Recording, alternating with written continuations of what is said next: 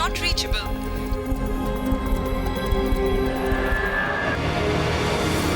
जी अच्छा ठीक है। क्या हुआ? नहीं माँ, रीना वहाँ भी नहीं है। क्या? अब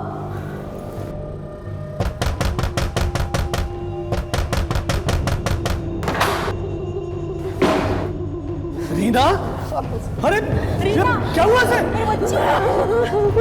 अरे किसने किया ये सब? अरे कुछ बताओगे तुम? सर मैं काम से वापस लौट रहा था तो रीना मुझे इस हालत में मिली। मैंने भी पूछा लेकिन कुछ बता नहीं पा रही है।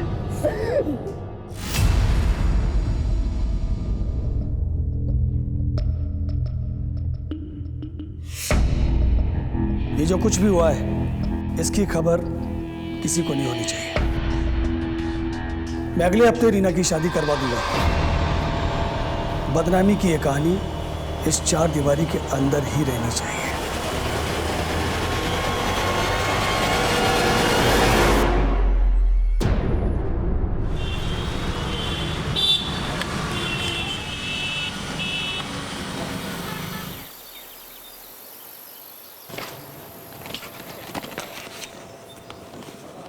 अंकिता, लंच तैयार हुआ? हाँ, लाई।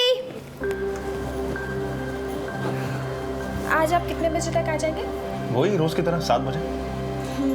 मैं भगवान से प्रार्थना करूंगी कि आज आपका काम हो जाए, प्रॉपर्टी की कोई बड़ी डील फाइनल हो जाए। काम प्रार्थना से नहीं कोशिश से बनता है। चलता हूं।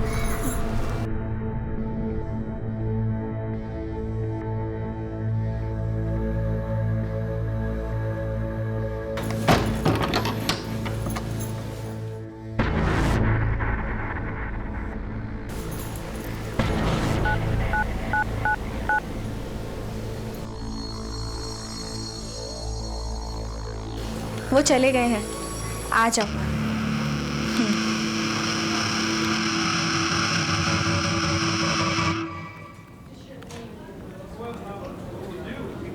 हाँ बेटा, मैंने सारे डिटेल्स भेज दिए, ईमेल चेक कर लेना। सर। हाँ मनीष। सर ये आनंद सिन्हा है, ये अपनी पत्नी की मिसिंग रिपोर्ट लिखाने आए हैं। बैठिए। सर रीना नाम है इसका। सर आज सुबह घर से निकली थी सेक्टर 29 के मार्केट से सामान लाने के लिए। जब काफ़ी देर तक नहीं लौटी और मैंने कई बार कॉल किया तो उसका फ़ोन स्विच ऑफ आ रहा है। दोस्तों और परिवार वालों से पूछताछ की? सर हमारा कोई दोस्त है ही नहीं। क्या मतलब? कहाँ से हैं? कटवाल गांव। सर रीना का अतीत बड़ा ही अशांत रहा है। कुछ साल पहले रीना के परिवार में आपसी दुश्मनी के कारण रीना का रेप हुआ था। रीना के चचेरे भाई जग्गू ने किया था उसके साथ ये दुष्कर्म।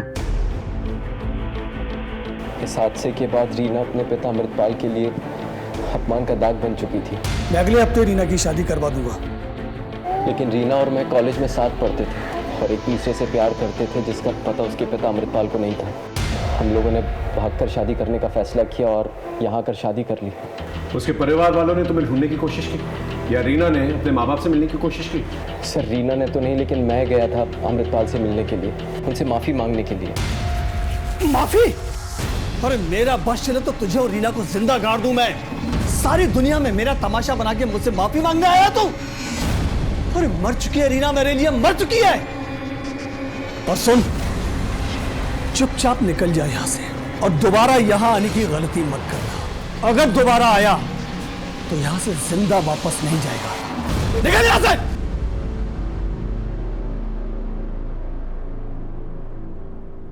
तुम्हारी फैमिली का क्या, उनसे मेलजोल है? सर इस हादसे के पहले ही मेरी माँ रीना को पसंद नहीं करती थी। क्यों? दरअसल रीना को बैडमिंटन खेलने का शौक था। मेरा मैच मिस कर दिया तुमने। सॉरी अगला मैच पक्का देखूंगा, प्रॉमिस।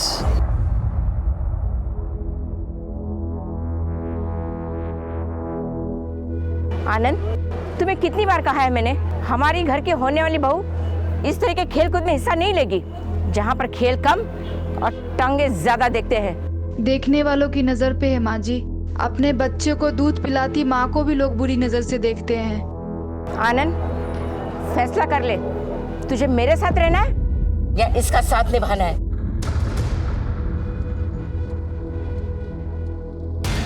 इनसे रीना का मोबाइल नंबर लेके लास्ट लोकेशन ट्रेस करो और मोबाइल की डिटेल्स भी निकालो। जी। आप चिंता मत कीजिए, हम इंक्वायरी शुरू करते हैं। Thank you sir.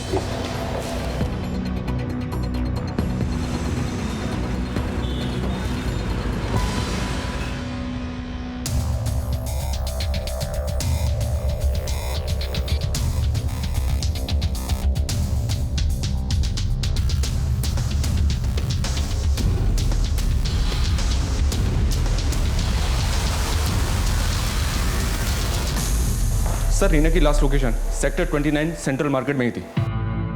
वहां लोगों से इंक्वायरी की लेकिन किसी ने भी रीना को पहचाना नहीं। कोई सीसीटीवी फुटेज? नहीं सर, लगता है जैसे हवा में गायब हो गई। आनंद की माँ से भी पूछा, हम नहीं जानते उसकी जिंदगी में क्या चल रहा था और ना ही जानना चाहते। कहीं रीना के लापता होने का कारण उसके साथ वो हादसा तो नहीं? लेकिन सर आनंद के मुताबिक पिछले 2 साल से रीना अपने परिवार से मिली तक नहीं है। फोन लगा के देखो क्या जवाब है।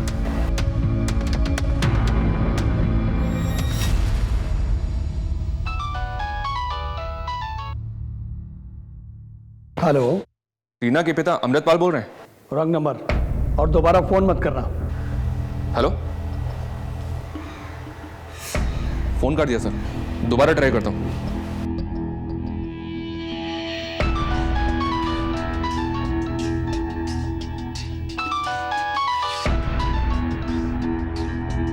देखिए, मैं गाजियाबाद पुलिस स्टेशन से पीएसआई मनीष सिंह बोल रहा हूँ। आपकी बेटी रीना के गायब होने की रिपोर्ट लिखवाई है उसके पति आनंद ने। कुछ पता है आपको इसके बारे में? मैंने कहा ना, मुझे कुछ नहीं पता और ना पता करना है। आदमी काफी टेढ़ा लग रहा है सर। टेढ़ा होने का रीजन है उसके पास? सर कहीं ऐसा तो नहीं कि रीना का किसी के साथ अफेयर था और इसी चक्कर में कहीं भाग गई? हो सकता है। अभी फिलहाल किसी भी पॉसिबिलिटी को रूल आउट नहीं किया जा सकता मनीष। रीना के कॉल रिकॉर्ड निकालो, रीना और आनंद के रिलेशनशिप के बारे में भी पता करो, बाद में उसके परिवार तक जाते हैं। ठीक है सर।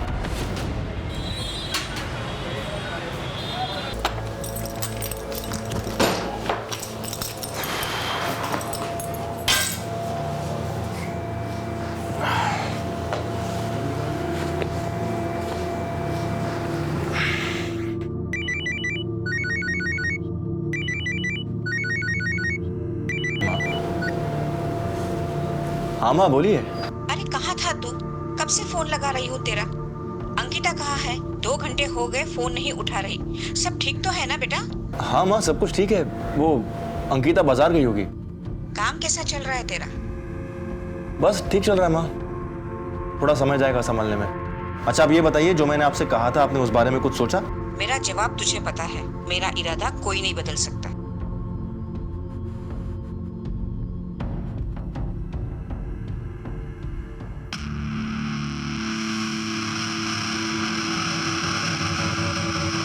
अरे आप आज जल्दी आ गए। अंकिता कहाँ थी तुम? माँ तुम्हें कब से फोन लगा रही है, तुम फोन क्यों नहीं उठा रही हो? वो मैं मार्केट गई थी, फोन चार्जिंग पर लगा है।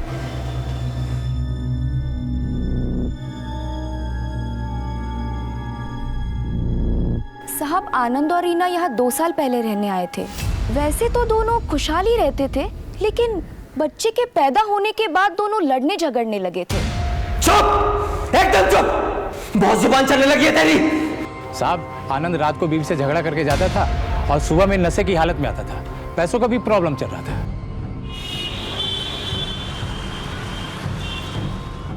सर। हाँ मनीष, आनंद के पड़ोस में पता किया मैंने। आनंद की शादीशुदा जिंदगी ठीक नहीं चल रही थी। कहीं ऐसा तो नहीं कि इन्हीं हालातों से परेशान होकर रीना कहीं भाग गई? मैंने भी यही अंदाजा लगाया था मनीष, लेकिन शायद वो अपने छोटे बच्चे को छोड़कर कहीं जाए ना। रीना का पास काफी अशांत है। हो सकता है उसके लापता होने का तार उसके गांव कटवाल से जुड़ा।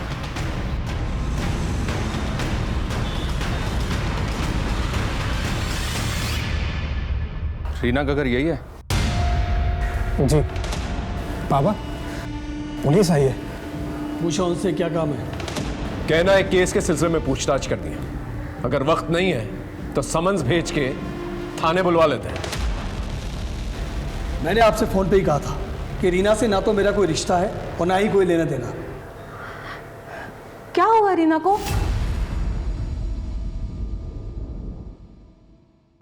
कालिक पोती थी रीना ने हमारे परिवार के मुंह पर।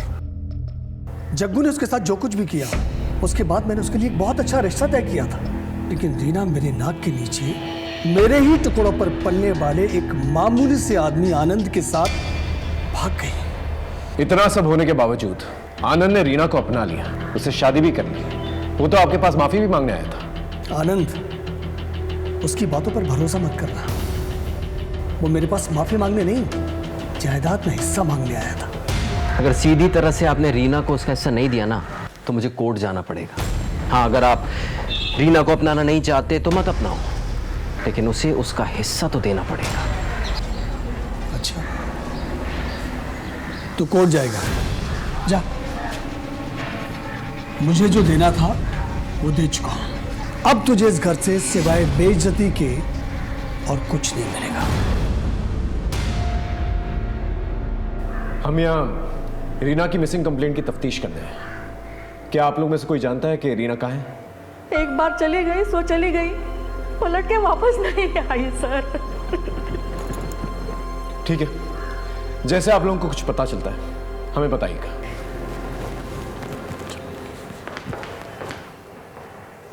कहीं आपने जग्गू की तरह रीना को भी? इस आनंद ने हमसे झूठ कहा। मैं गया था अमृतपाल से मिलने के लिए, उनसे माफी मांगने के लिए। अगर इनकी बात माने तो ये मामला कुछ और ही है सर। हो सकता है कि आनंद ने ही रीना के साथ कुछ कर दिया हो सकता है। तुम इस आनंद से दोबारा पूछताछ करो, तब तक मैं इनकी फैमिली हिस्ट्री समझने की कोशिश करूँ। Okay sir. सर वो अमृतपाल झूठ बोल रहा है। सर आप तो मिले होंगे ना उनसे, जान ही गए होंगे कैसे लोग हैं वो। सर वो अमृतपाल जमाने जोड़ने के अलावा कुछ नहीं जानता। तहसील में रहकर उल्टे सीधे तरीकों से कितने लोगों की जमीन जायदाद हड़पी है उसने, यहाँ तक कि अपने भाई तक को नहीं छोड़ा। और सर आपको मुझ पे भरोसा नहीं है ना, तो आप गांव जाकर उनकी फैमिली से पूछ सकते हैं।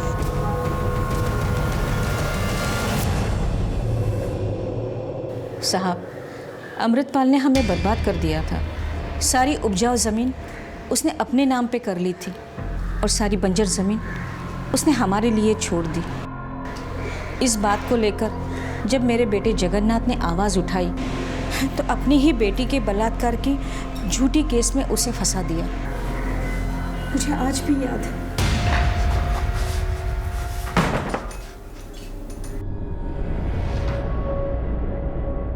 जग्गू, तू ठीक तो है? माँ वो मेरे पीछे पड़े, माँ वो मुझे मार देंगे। मैं बस तुझसे मिलने आया था। तुझे पता है ना माँ, मैंने रीना का बलात्कार नहीं किया था, मुझे फंसाया गया था। मैं जानती हूँ बेटा। जग्गू, मुझे जाना होगा माँ, अपना ख्याल रखना। Jaggu,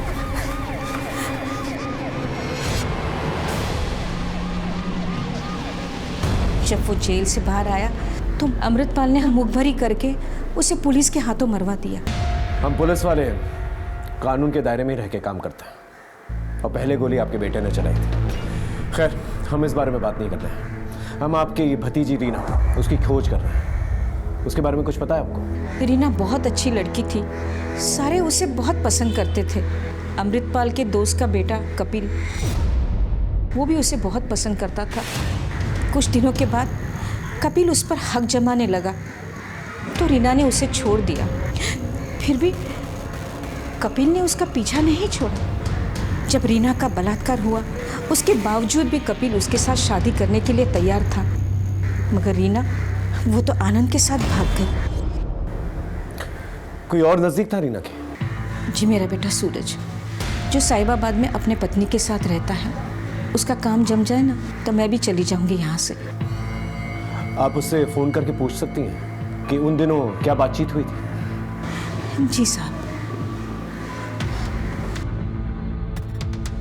The number you are trying to call is currently switched off. इसका नंबर नहीं लग रहा है साहब। मैं अपनी बहू का नंबर मिलाती हूँ। प्लीज ट्राई कीजिए। The number you are trying to call is currently switched off. इसका भी स्विच ऑफ आ रहा है। ठीक है, आप इनका फ़ोन नंबर और पता हमें दे दीजिए, और उसका फिर उसका नंबर भी दीजिए। इन सबके नंबर ले लें, उनके कॉल रिकॉर्ड्स भी निकालें। ठीक है?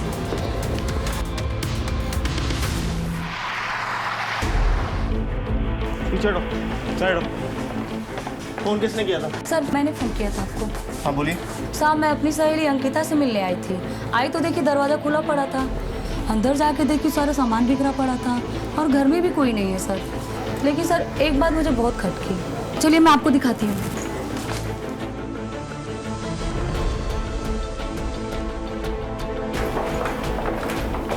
सर ये दरवाजा अंदर से लॉक है। शुक्ला, तोड़।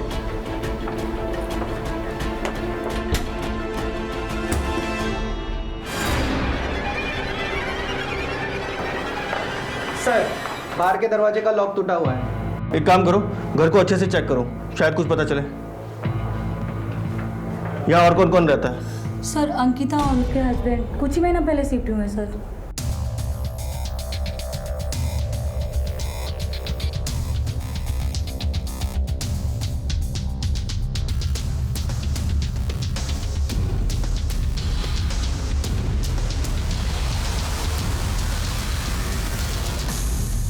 इसकी बीवी का है, उसका नंबर है कोई आपके पास? हाँ सर, मैंने फ़ोन किया था, वो अपने मायके में है, बस वो निकल चुकी है सर। ठीक है, आप बाहर वेट कीजिए।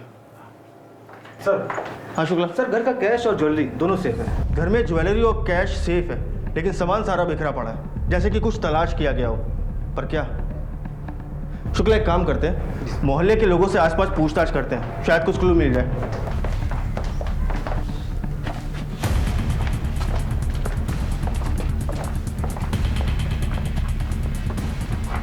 कातिल को हमला करने के लिए इस ऊंचाई तक चढ़ना पड़ा होगा।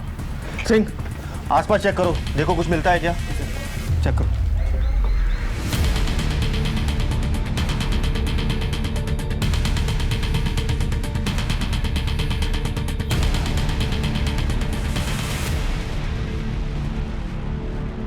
सर।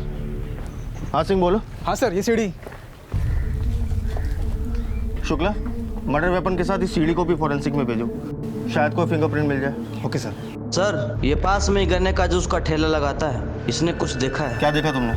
साहब, परसों शाम से एक बूढ़ा आदमी यहाँ आता था और उसके हाथ में एक ऐसी सीढ़ी थी और हाथ में एक सब्वल था। देखने में कैसा था? उसका स्केच बनवा सकते हो?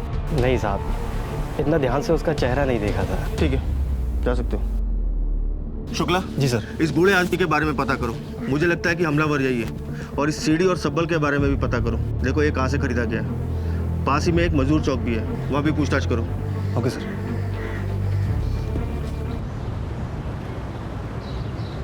कहाँ है बे? हाथ पैर तो सलामत है, फिर फोन काहे नहीं उठा रहे हो? 25 लाख का कर्जा बहुत बड़ी बात है बाबू। हम जानते हैं भैया, बस 2-3 हफ्ते और दे दो, हम पूरा पैसा लौटा देंगे। अबे 2-3 हफ्ते में क्या तुम्हारी लॉटरी लगने वाली है? भैया हम कोशिश कर रहे हैं, कुछ ना कुछ बंदोबस्त हो जाएगा। आप तो जानते हैं कि कितनी परेशानी में हैं अभी हम। ठीक है, 3 हफ्ते यानी 21 दिन। अगर 22वें दिन हमारा पैसा नहीं मिला ना तो तोरी नीलामी कर देंगे, समझे? चलो रे। हाँ साहब, मेरी दुकान का ही सामान है। क्या बता सकते हो ये सामान तुम्हारी दुकान से किसने लिया? कोई बूढ़ा आदमी था क्या?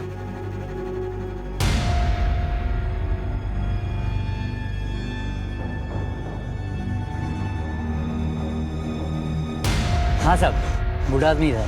आप उस बूढ़े आदमी का स्केच बनवा सकते हो? इतना साफ तो याद नहीं है साहब मुझे। ठीक है, थैंक यू। कांस्टेबल, एक काम करो, इस एरिया के सारे सीसीटीवी फुटेज चेक करो, कहीं ना कहीं कैप्चर तो हुआ होगा। सर, मैं 1 हफ्ते के लिए अपने मायके गई थी क्योंकि मेरे पति भी गांव जाने वाले थे। अंकिता, क्या लगता है आपको, आपके पति की हत्या किसने की होगी? सूरज की किसी से कोई दुश्मनी थी? पता नहीं सर, मेरे पति तो बहुत सीधे साधे इंसान थे, प्रॉपर्टी डीलिंग का काम करते थे। लेकिन सर, उनका कुछ दिनों से एक समीर नाम के प्रॉपर्टी डीलर से झगड़ा चल रहा था। इनफैक्ट सर, उस समीर ने उनको धमकाया भी था। ठीक है अंकिता, अभी आप जा सकती हैं, जरूरत पड़ने पे हम आपको फिर बुलाएंगे। जी सर।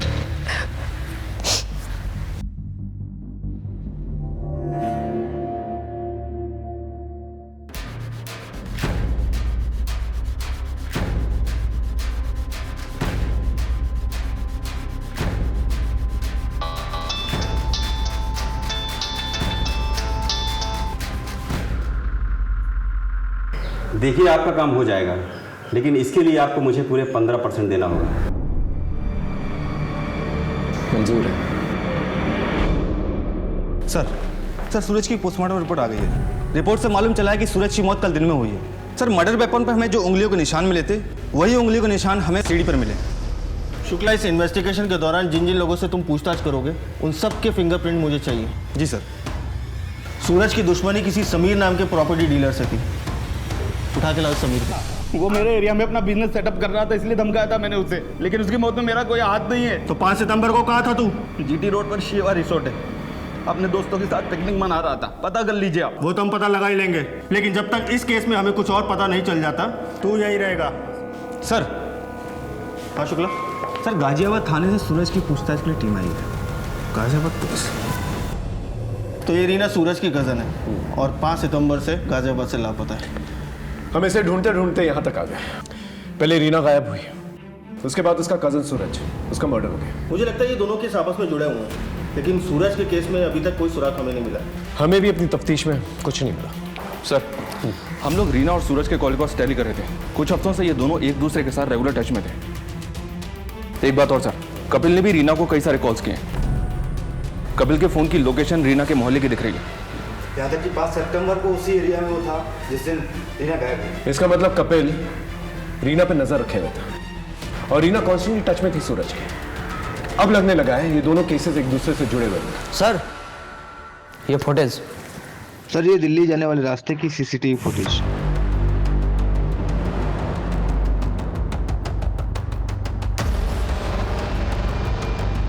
ये बूढ़ा आदमी सीसीटीवी फुटेज में क्लियर दिख रहा है और दिल्ली जाने वाले रास्ते से दिख रहा है।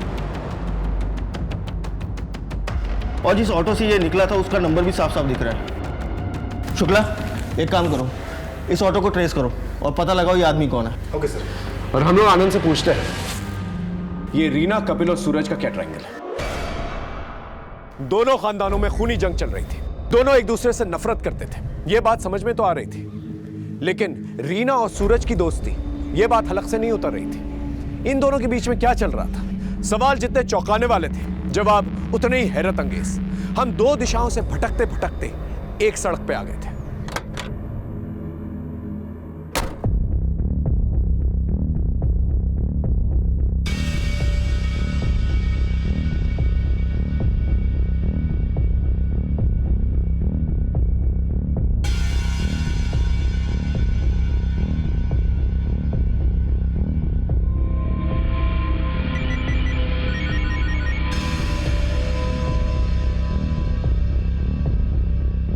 हेलो,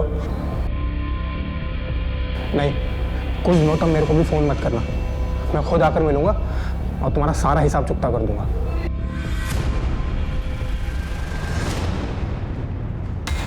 क्या सूरज का खून हो गया? सर रीना का कुछ पता चला? वो हम पता कर रहे हैं। पहले तुम बताओ, तुम इस कपिल के बारे में क्या जानते हो? वो प्यार करता था रीना से, अपना हक जताता था रीना पर, और तो और वो घर तक पहुंच गया था सर। हाथ जोड़ते मेरा पीछा छोड़ दो। कौन सी भाषा में समझाएं हम तुमको? दोबारा रीना के पास भी दिखे ना तो सोच लेना। निकलो यहाँ से। बहुत बड़ी भूल कर दी रीना तुमने। दोबारा नजर मत आना। तो ये बात पहले क्यों नहीं बताई हमें? तो सर मुझे लगा वो क्या कर सकता है, बस इसीलिए। ये कपिल कहाँ रहता है? बहरामपुर। इन दोनों रीना और सूरज के बीच में बहुत बातचीत हो रही थी, क्यों? सर सूरज बहुत अच्छा आदमी था, उनके पूरे परिवार में वही एक समझदार इंसान था। वो रीना के साथ मिलकर अपने और अमृतपाल की फैमिली के बीच सुलह कराना चाहता था। रीना उसका साथ दे रही थी। जिस दिन सूरज का मर्डर हुआ 5 सितंबर, तू कहाँ था? मैं वकील के दफ्तर में था। सारा दिन कागजी कार्रवाई में ही गुजर गया था।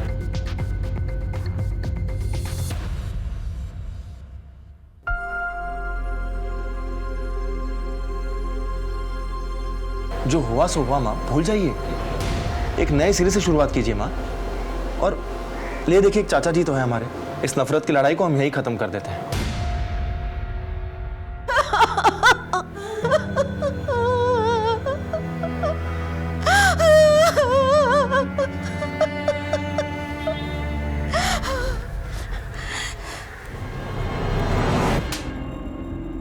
तूने यहाँ आने की हिम्मत कैसे की? हमें बर्बाद करके अब तमाशा देखने आया है? तूने ही मारा ना मेरे सूरज को। हम तो यहाँ आपका दुख बांटने आए थे दीदी। दुख भी तुम ही देते हो और बांटने भी तुम ही आते हो। निकल जाओ यहाँ से। पड़ गई तेरे कलेजे में ठंडक। तूने कहा था ना मुझे यहाँ आने के लिए, करा दी ना मेरी बेइज्जती। मैं तुम्हारी शक्ल कभी नहीं देखूंगा।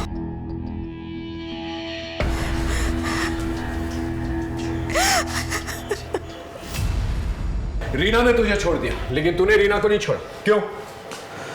क्योंकि सर मैं रीना से बहुत प्यार करता था। और रीना आनंद से? नहीं सर, आनंद ने तो उसे फंसाया था।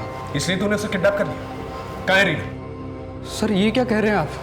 मैं भला उसे क्यों किडनैप करूंगा? ज्यादा भोला बनने की कोशिश मत कर, समझा? इन दिनों तू उसको फॉलो कर रहा था। बोल, क्या खेल खेल रहा है? हाँ सर, मैं गया था उसके पास, लेकिन ये कोई अपराध थोड़ी ना है। देख, मेरे सब्र का इम्तिहान मत ले, समझा? सच सच बोल। सर रीना और आनंद के झगड़े चल रहे थे, तो मुझे लगा कि शायद रीना को अपनी गलती का एहसास होगा कि उसने आनंद को क्यों चुना, और मुझे लगा कि वो मेरी ज़िंदगी में दोबारा वापस आ जाएगी, इसलिए मैं उसके आसपास रहता था। 5 सितंबर को कहाँ था तू? सर मैं अपने गांव हिसार गया हुआ था, और वहाँ से आया तो मुझे पता चला कि रीना गायब है। तेरी हर एक बात को चेक करेंगे, जरा सा भी छूट निकला ना तो देख लेना। शहर छोड़ के मत जाना कहीं, अब जा।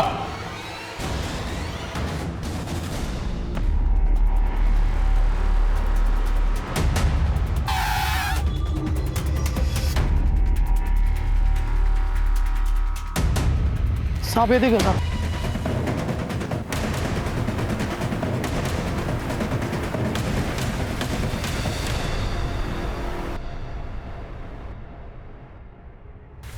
सर, रीना को मारने का किसी के पास क्या कारण हो सकता है? कारण तो है मनीष। अमृतपाल के पास रीना ने भागकर शादी की, कपिल के पास रीना उसके हाथ आते आते निकल गई, और आनंद के पास इनके बीच में झगड़े जो हो रहे थे। मुझे तो रीना के भाई सचिन पे भी शक है, क्योंकि रीना की मौत से सीधा फायदा है उसका। और इन सबसे हटकर रीना का पास्ट सबसे बड़ा कारण है। लेकिन सर, कपिल के अलावा ही चेक किया हमने, वो अपने गांव हिसार में ही था। जरूरी नहीं हर इंसान जो अपना काम खुद ही करे, वो किसी और से भी करवा सकता है। इन दोनों परिवारों के बीच में काफी तनाव था। एक परिवार में जग्गू का इनकाउंटर हो जाता है और सूरज की हत्या, और दूसरे परिवार में रीना की हत्या। इन सब परिवार वालों की एक लिस्ट बनाओ, इन सब पे नजर रखो, इनकी कॉल हिस्ट्री निकलवाओ। कोई तो है जिस परिवार के पीछे पड़ा हुआ है। ये रीना की पोस्टमार्टम रिपोर्ट आई है सर। पोस्टमार्टम रिपोर्ट के हिसाब से मौत सर पे चोट लगने से हुई है, डिफ्यूज एक्सोनल इंजरी, जिसकी वजह से स्कल में क्रैक पड़ गया। परिवार वालों से कुछ पता चला? हमने हर एक मेंबर के कॉल रिकॉर्ड्स और उनकी मूवमेंट्स चेक किए। एक बात सामने आई है सर, ये अमृतपाल दोनों ही मर्डर्स के दिन गाजियाबाद में था, और हर बार कुछ घंटों के लिए इसका फोन भी बंद था। सूरज की पत्नी अंकिता की ये बात झूठ थी सर कि वो मायके में थी, जबकि उसका फोन गाजियाबाद में ही राजनगर में एक्टिव था, और अक्सर वहीं एक्टिव रहा है।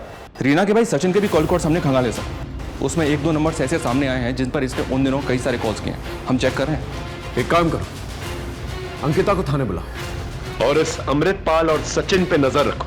एक एक को घेरता है। इस बूढ़े आदमी को तुमने अपने ऑटो से छोड़ा था ना? हाँ साहब, इसको यमुना विहार में छोड़ा था साहब। बहुत जल्दी में था साहब। 50 रुपए की जगह सर 100 रुपए दिया। और कोई बात नोटिस की तुमने? सर इसके पास एक ब्लैक कलर की बैग थी सर। तुम उस जगह ले जा सकते हो जहाँ पर उसे छोड़ा था? जी साहब। चल, ये रहे तुम्हारे कॉल रिकॉर्ड्स। हमसे झूठ क्यों कहा तुमने कि तुम्हारे पति के मर्डर के दिन तुम अपने मायके में थी, जबकि तुम गाजियाबाद में थे, राजनगर में? क्या छुपा रहे? सर वो मेरा किसी के साथ अफेयर चल रहा है। लेकिन तुमने तो कहा था कि तुम्हारा पति एक अच्छा इंसान है, तुम्हारी अच्छे से देखभाल करता है, फिर ये अफेयर? सर मैं सूरज को बहुत प्यार करती थी, लेकिन मुझे उससे पति का सुख नहीं मिल पा रहा था, इसलिए सर मेरे कदम थोड़े बहक गए थे। कौन है? क्या नाम है इसका? मेरे कॉलेज का ही दोस्त है सर, अनिल। और उसके साथ मिलकर तुमने सूरज की हत्या कर दी? सर ये आप क्या कह रहे हैं? सूरज के साथ ऐसा करने का मैं सोच भी नहीं सकती। और सर ये बात आप भी जानते हैं, जिस वक्त सूरज की मौत हुई उस दिन राजनगर में थे हम दोनों। सर मेरी बात का यकीन कीजिए। हमारे पास शक की भी वजह है और यकीन की भी। हमारी नजर है तुम पर।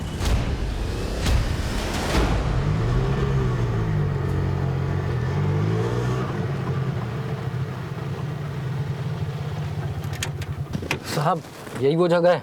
वो बुढ़ा यहाँ पे उतरा और सीधा चला गया साहब।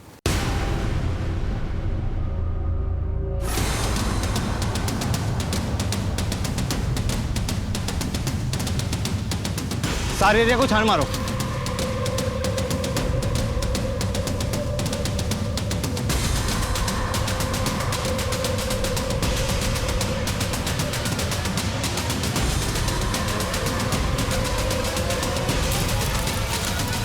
सर यहाँ कुछ मिला है?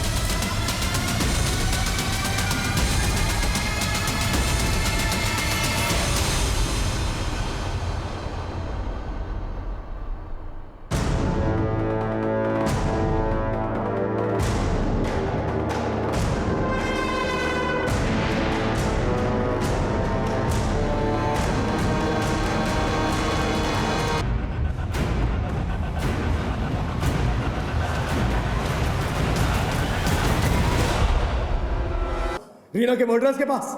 नहीं सर, रीना की हत्या और मैं। तो फिर ये सब क्या है? सर मुझे एक्चुअली प्रोस्टिट्यूट के पास जाने की लत लग गई थी सर। पापा पैसे देते नहीं थे तो मैंने सोने में मिलावट करके पैसा कमाया सर।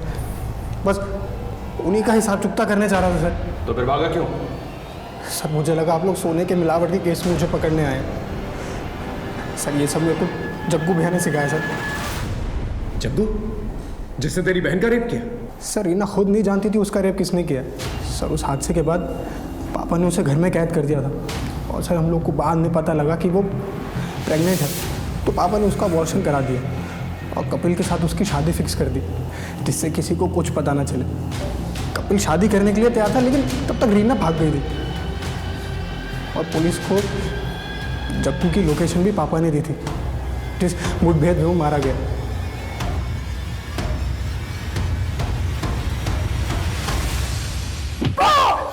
क्यों मार रहे हो तुम मुझे इतना? तुमको मालूम है ना कि ये गैर कानूनी है और इसके लिए मैं तुम्हें कोर्ट में घसीटूंगा। कोर्ट जाने लायक बचेगा तब ना। बता दे। देखो अरे जग्गू तू।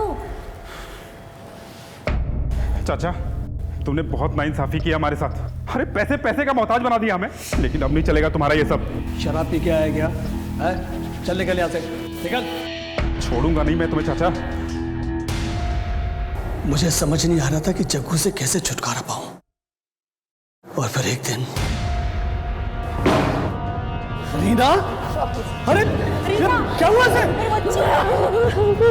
जो हो गया उसे तो नहीं बदल सकता था, लेकिन जग्गू को इस केस में फंसाकर उससे मैं जरूर छुटकारा पा सकता था। इसलिए मैंने जग्गू के खिलाफ FIR दर्ज करा दी। जग्गू गिरफ्तार हो गया, लेकिन इतना सब कुछ होने के बाद रीना का हाथ कोई नहीं थामने वाला था। इसलिए मैंने जमीन का एक हिस्सा रीना के नाम कर दिया। वो जमीन भी मेरी हड़पी हुई थी। कितना लालची आदमी है तो अपनी बेटी के इतने बड़े हादसे को अपने फायदे के लिए इस्तेमाल किया। जग्गू को दोबारा कैसे फंसाया? जेल से छूटने के बाद जग्गू और भी खतरनाक हो गया था और पुलिस का एक वांटेड मुजरिम था। इसलिए मैंने उसके लोकेशन की इंफॉर्मेशन पुलिस को दे दी। चल अब इतना बता दिया तो ये भी बता दे, रीना और सूरज के मर्डर के दिन तू गाजियाबाद में क्या कर रहा था और तेरा मोबाइल फोन क्यों ऑफ था? दोनों के मर्डर में तेरा हाथ है ना? बोल बोल। नहीं, गाजियाबाद में अक्सर तहसील के काम से जाता हूँ और वहां मुझे अपना फोन स्विच ऑफ रखना पड़ता है। मैंने इन दोनों में से किसी का मर्डर नहीं किया। सर ये अमृतपाल क्या सच कह रहा है? अगर इसका हाथ नहीं है तो फिर किसका हाथ है? क्योंकि इसके अलावा हमारे रडार में और कोई बूढ़ा आदमी नहीं है। हमने रीना और आनंद की पूरी जिंदगी खंगाली, सारे एलिबाइज भी चेक कर लिए, कुछ नहीं मिला। कुछ तो मिसिंग है मनीष। सर एक नई इन्फॉर्मेशन हाथ लगी है सर। हम जैसे बूढ़ा आदमी समझ रहे थे, बल्कि बूढ़ा आदमी नहीं, बूढ़े आदमी के भेष में था। उस रिक्शे वाले ने जिस जगह उसको उतारा था उस जगह से हमें कुछ चीजें मिली हैं, जैसे जले हुए बाल और बैग।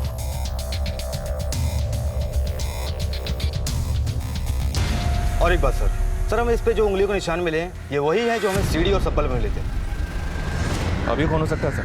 सचिन, कपिल, आनंद या कोई और। लेकिन सर इन सब के रिकॉर्ड्स इनके अलावा ही हमने ऑलरेडी चेक किए, सब ठीक है।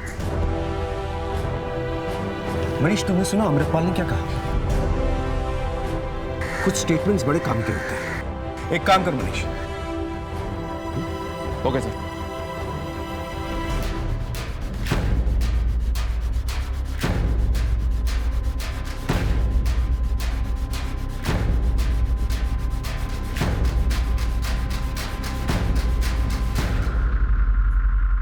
जी हाँ, उस दिन पूरे दिन आनंद ऑफिस में था मेरे साथ, लेकिन इतनी सी बात के लिए मुझे यहाँ लाने की क्या जरूरत थी? जरूरत थी क्योंकि हमने तेरी थोड़ी सी हिस्ट्री निकाली। तूने उस रिकवरी एजेंसी के खिलाफ कोई केस ही दर्ज नहीं किया। 5 सितंबर को तो ऑफिस में भी नहीं था, ऊपर से तेरे खुद के खिलाफ जालसाजी के कई कंप्लेंट्स हैं। अब अपनी वकालत खुद करेगा या एक अच्छे वकील को बुलाओ? दरअसल मैं प्रॉपर्टी के कुछ फेक डॉक्यूमेंट्स बना रहा था। किसके प्रॉपर्टीज के? अब तेरा डीएनए और फिंगरप्रिंट सारी कसर पूरी कर देंगे। अब सच सच बता। बोल। मैं बताता हूँ, मैं बुरी तरह से कर्ज में डूबा हुआ था। लेनदार धमका रहे थे सर।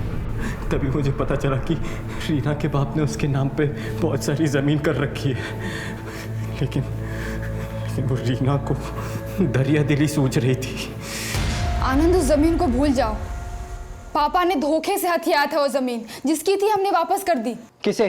सूरज को। अपने पति की मदद करने में बड़ी दिक्कत हो रही है तुमको, लेकिन अपने दुश्मनों पर लौटाने के लिए सब कुछ है तुम्हारे पास। देखो, पापा ने जो गलती की है ना, उसे मैं सुधारना चाहती हूँ। मैं और सूरज मिलकर ये दुश्मनी खत्म करना चाहते हैं। और रही बात तुम्हारे कर्जे की ना आनंद, उसके जिम्मेदार तुम खुद हो, मैं नहीं। बहुत मुंह चढ़ने लगा है। रीना की बॉडी को एक बोरे में भर के जंगल में फेंक दिया। सूरज को क्यों मारा? सर, मैं सूरज के पास गया था वो प्रॉपर्टी के पेपर वापस मांगने के लिए। अरे आनंद, तुम यहाँ? सब ठीक है ना? रीना ने अपना इरादा बदल दिया है। वो ये प्रॉपर्टी अपने बच्चे के भविष्य के लिए रखना चाहती है। मैं जरा एक बार रीना से बात कर लेता हूँ। The number you are trying to call is currently switched off. Phone switch off आ रहा है उसका। आनंद, मेरी एक बार उससे बात हो जाए, फिर मैं खुद आके तुम्हें पेपर्स दे दूंगा। मुझे पता था कि सूरज मुझे वो पेपर्स देने वाला नहीं है, इसलिए मैंने सोचा कि उसे रास्ते से ही हटा देता हूँ। फिर ये बूढ़ा आदमी बनने का नाटक क्यों किया? सर, वो ज़मीन कटवाल में है। अगर उसके कागजात तहसील में जाते तो अमृतपाल को सब पता लग जाता, और वो ये ज़मीन मेरे नाम कभी नहीं होने देता। इसलिए मैंने वकील के साथ मिलकर कागजात में हेर फेर की। अमृतपाल की सूरज के परिवार से दुश्मनी है, ये सब जानते हैं। इसलिए मैंने उसके जैसा हुलिया बनाया और सूरज पर नज़र रखना शुरू कर दी। और मर्डर वाले दिन अपना मोबाइल वकील के यहाँ छोड़कर मैंने सूरज को अपने रास्ते से हटा दिया। फिर मैंने सूरज के घर जाकर उसके घर की तलाशी ली और वो डॉक्यूमेंट्स ले लिए। यमुना विहार में जाकर मैंने अपनी वेग और मेकअप का सारा सामान जला दिया। रीना का बलात्कार क्यों किया?